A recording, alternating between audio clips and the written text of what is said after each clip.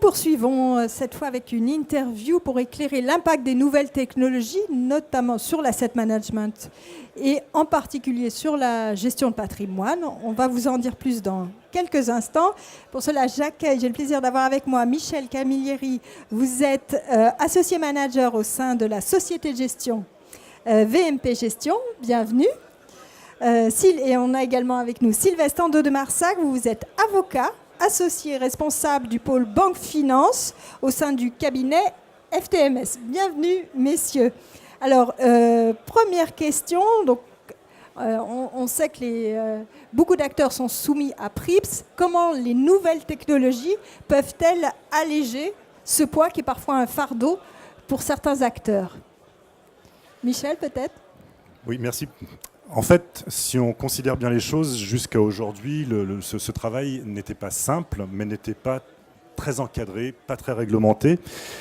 Aujourd'hui, ce dont on se rend compte, c'est qu'on va aller vers un mode très réglementé, très formel, et avec des informations qui, jusqu'à présent, n'étaient pas utilisées, en particulier en face à face avec un client par un CGP ou par un family officer éventuellement.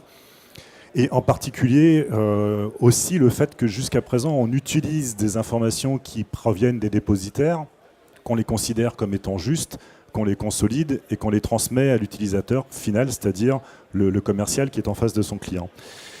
Aujourd'hui, quand on regarde les évolutions qui sont demandées par PRIIPs, ça va être un peu plus compliqué parce que dedans, il y a des informations très particulières qui sont demandées, en particulier le suivi du risque, le calcul du risque, la projection d'une allocation d'actifs dans le temps, les scénarios, ça se passe bien, ça se passe pas bien, les scénarios de stress test. Et on se rend compte qu'en fait, toutes ces informations-là, il n'est plus possible d'utiliser les stratégies actuelles de consolidation de portefeuille pour générer l'information qui est réglementairement indispensable. Donc, la problématique vient que maintenant, nous devons définir des allocations d'actifs cibles, des critères pour des clients qui vont s'intégrer dans cette allocation, et calculer que ce client puisse rentrer dans cette allocation d'actifs. Ce qui vous a amené à investir dans des outils, justement, comment faites-vous ? La première des choses, c'est qu'on lit la réglementation et il y a deux options. Soit on prend des outils qui sont créés, mais par exemple, si on prend la définition du risque client, ça peut être des questionnaires de 50 ou 60 questions, alors qu'en fait, il y a 4 points principaux à surveiller. Donc plutôt que d'aller chercher quelque chose d'existant, autant réfléchir et voir ce que l'on peut adapter. Dans le processus de détermination de tout ce qui est normes réglementaires pour le client en termes de documents, ce n'est pas la partie qu'on va aborder tout de suite, mais bien évidemment sur cette partie-là, l'apport de la technologie, la dématérialisation va être fondamental, puisqu'on va avoir un parcours client extrêmement normé et qu'il va falloir renouveler de façon très régulière à des échéances très précises, certaines moins que d'autres d'ailleurs. Donc déjà, cette définition de niveau de risque, il faut le calculer, il faut l'adapter, il faut que ça corresponde à un risque de portefeuille. Et ensuite, quand on l'a mis en place, bien évidemment, il va falloir suivre que ce qui a été mis en place répond bien à ce que l'on a signé avec notre client final. En termes de frais, en termes de performance, peut-être pas, mais en tout cas en termes de risque. Et donc c'est là qu'on se rend compte qu'on ne peut plus le faire à la main. Ça demande un exemple tout simple, projeter un portefeuille pour estimer les scénarios de stress test, comme le demande la directive PRIIPs. Ce sont des méthodes de calcul qui sont extrêmement complexes et qu'il faut alimenter avec un flux de data très cohérent. Et le flux de data, ce ne sont pas des positions arrêtées, ce sont des mouvements. Donc nous utilisons une technologie, puisque ici j'interviens au bénéfice d'une société qui s'appelle Columbus. On a totalement dématérialisé toute la partie mouvement, c'est-à-dire qu'en intégrant les mouvements d'un portefeuille, on peut considérer n'importe quels actifs de n'importe quel client comme une SICAV virtuelle, et à partir de ce moment-là, il y a ici tout autour dans ce salon énormément de sociétés qui vont pouvoir vous faire vos analyses sur ces informations-là.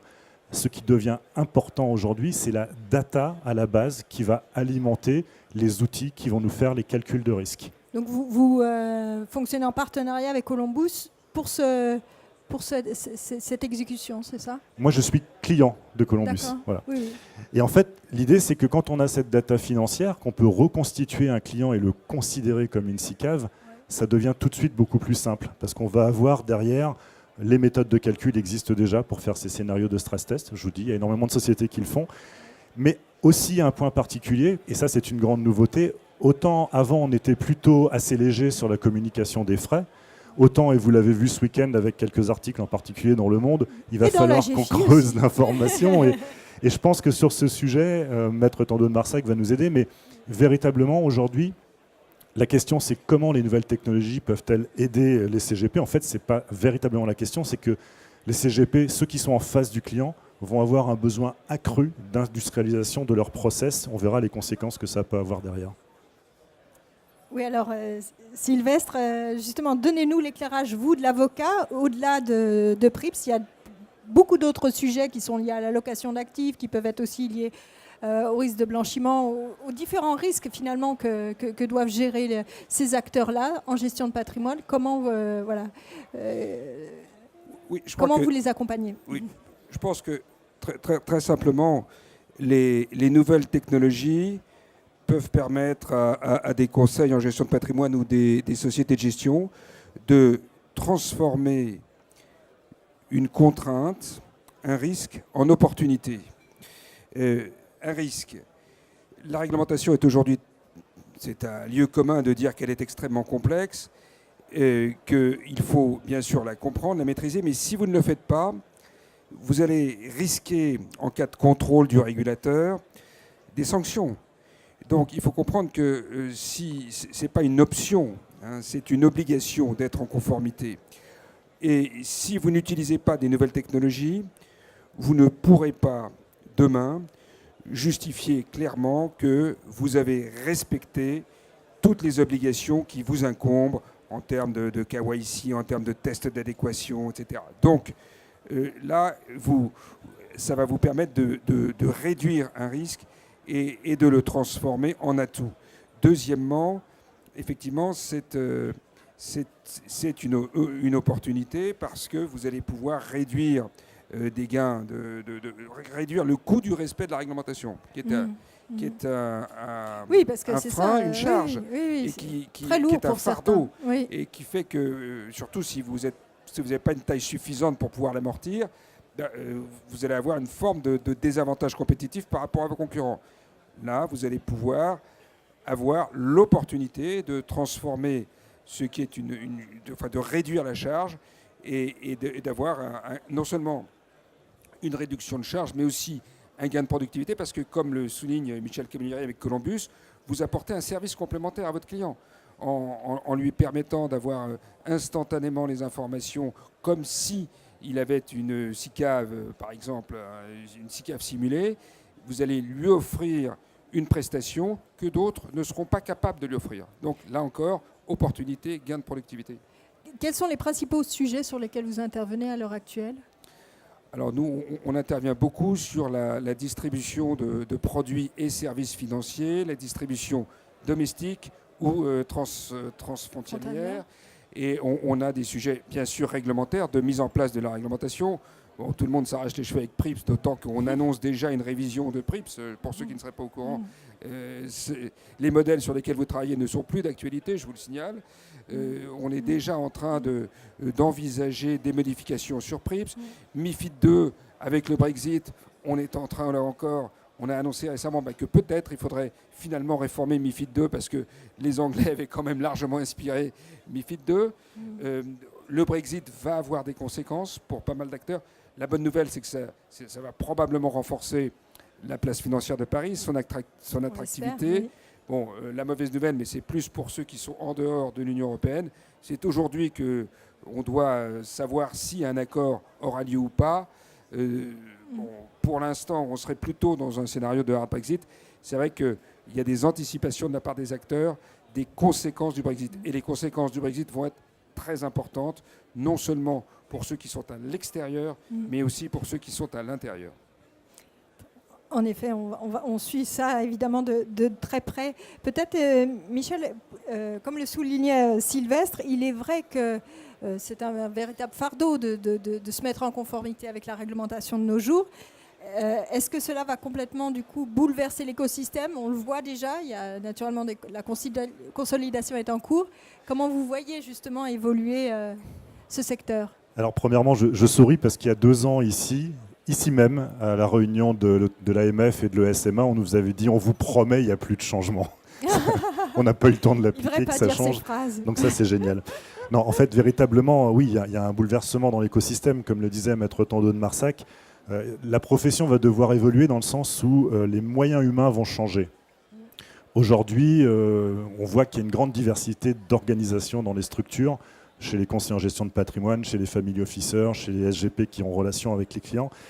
Et là, en fait, ce qu'il va falloir imaginer, c'est un système dans lequel le back-office ne devient pas une charge, véritablement, mais va devenir une source de profit. Et donc, quand on regarde de quelle façon évolue la réglementation, on se rend compte aussi, à cause de tout ce qui est normes réglementaires, qu'on ne va pas pouvoir faire fi d'un contrôleur interne à l'intérieur de ces structures pour vérifier que les procédures sont respectées. Donc un recrutement supplémentaire, là aussi. C'est un recrutement supplémentaire, mais comme on le disait tout à l'heure, la réglementation n'est pas une option, c'est une obligation. Absolument. Et surtout, ça va coïncider avec la mise en place d'outils beaucoup plus puissants pour les commerciaux. C'est-à-dire que les commerciaux vont faire leur travail de commerciaux, pas un travail de contrôle. Et donc, on va augmenter la capacité de travail des commerciaux, ce qui est une bonne chose. Donc cet écosystème, il va être modifié parce que, bien évidemment, une structure avec 3 salariés ne va pas pouvoir faire face à cette augmentation de réglementation. Ça va imposer une consolidation, vous la voyez déjà, on en entend parler assez régulièrement, parce que ces outils, bien évidemment, coûtent cher pour leur taille de structure. Il y a un coût d'amortissement à prévoir, il y a le coût des ressources humaines, un contrôleur interne, ça coûte cher.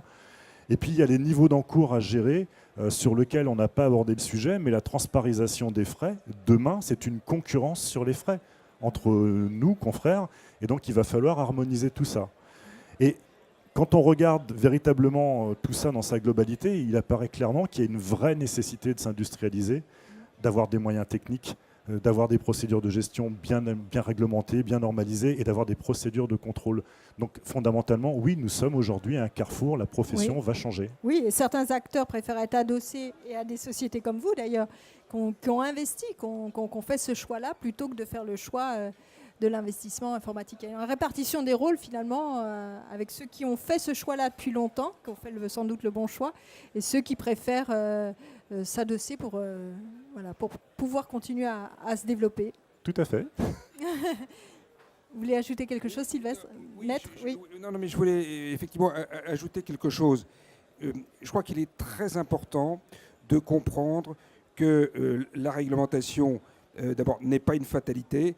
Il faut arrêter, je ne me fais pas l'avocat des régulateurs, je vous rassure, mais il faut arrêter de se plaindre de la réglementation, parce que la réglementation a toujours un temps de retard par rapport aux évolutions. Elle ne fait que, finalement,